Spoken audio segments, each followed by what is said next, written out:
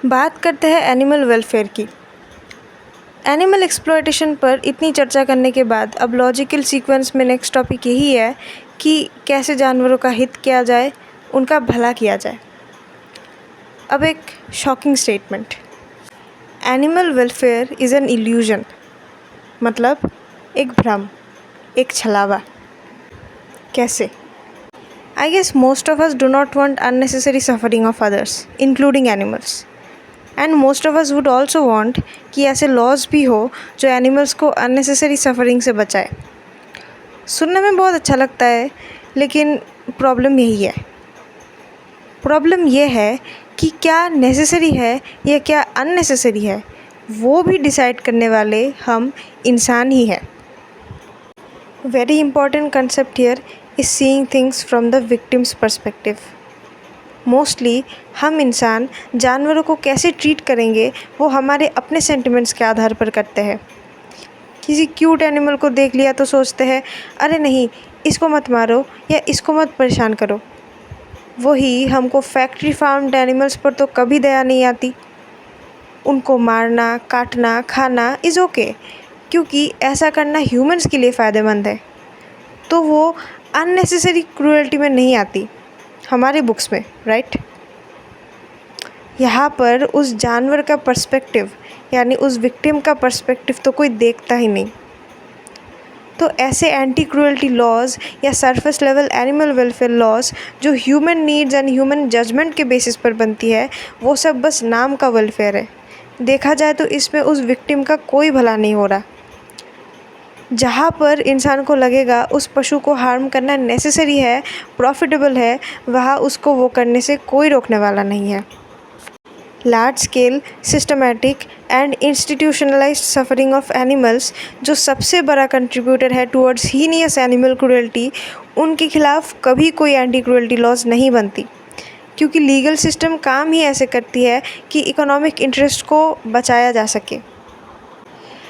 ऐसे होने के पीछे की असली वजह क्या है, इस चीज़ को डीपली समझते हैं। Let's understand legal personhood.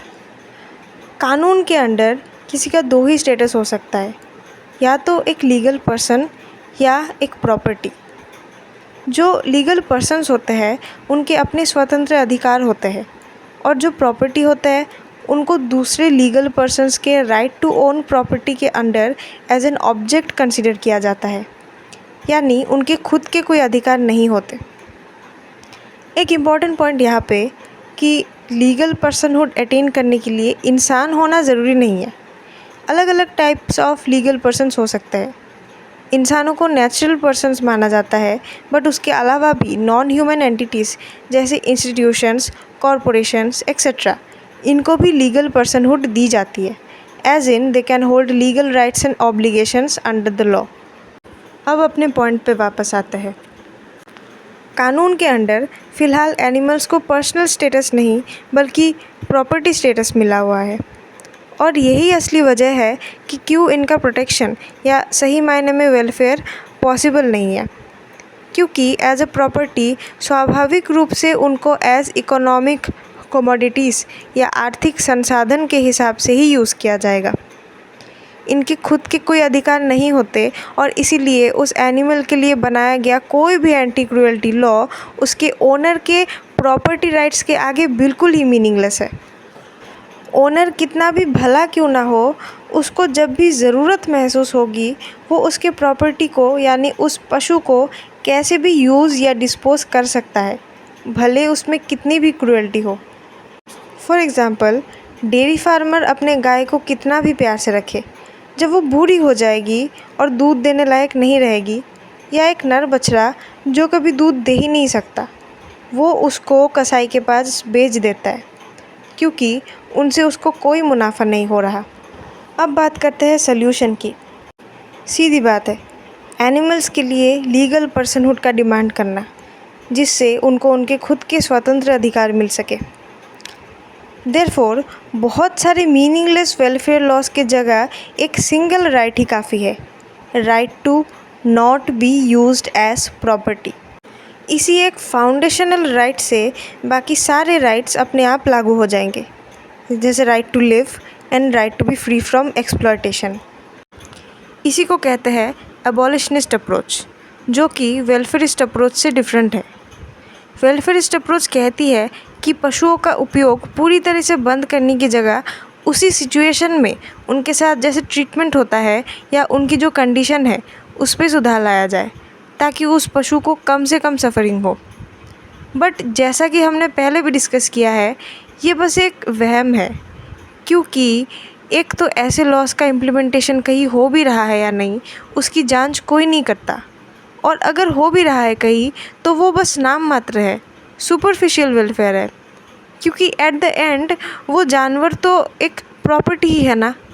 तो ज़रूरत पड़ने पर उसके साथ कैसा भी क्रूर व्यवहार करने पर उसके ओनर को कोई कानून नहीं रोक सकता।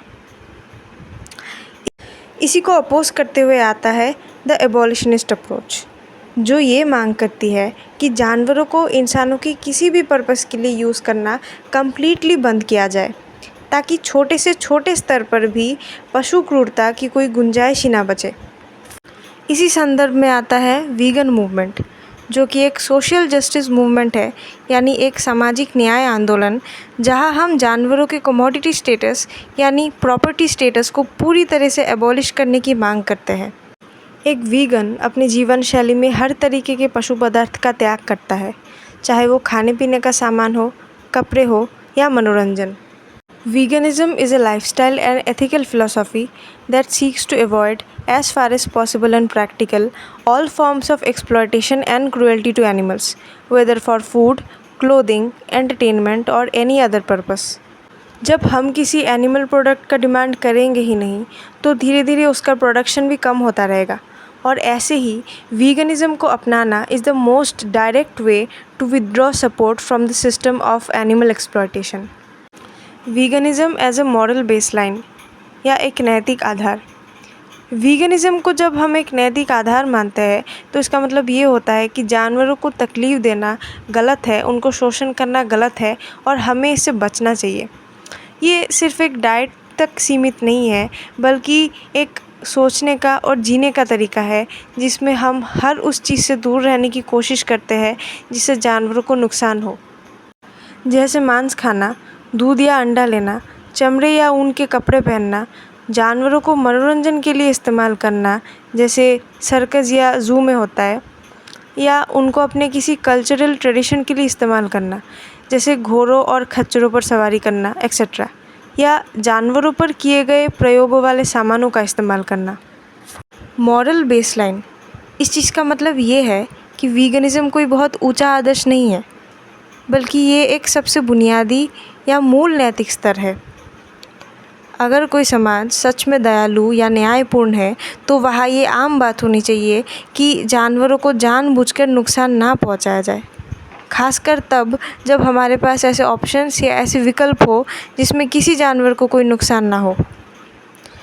अगर हम ऐसा नहीं करते तो ये हमारे तरफ से एक बेसिक मॉरल बिहेवियर की कमी मानी जाएगी।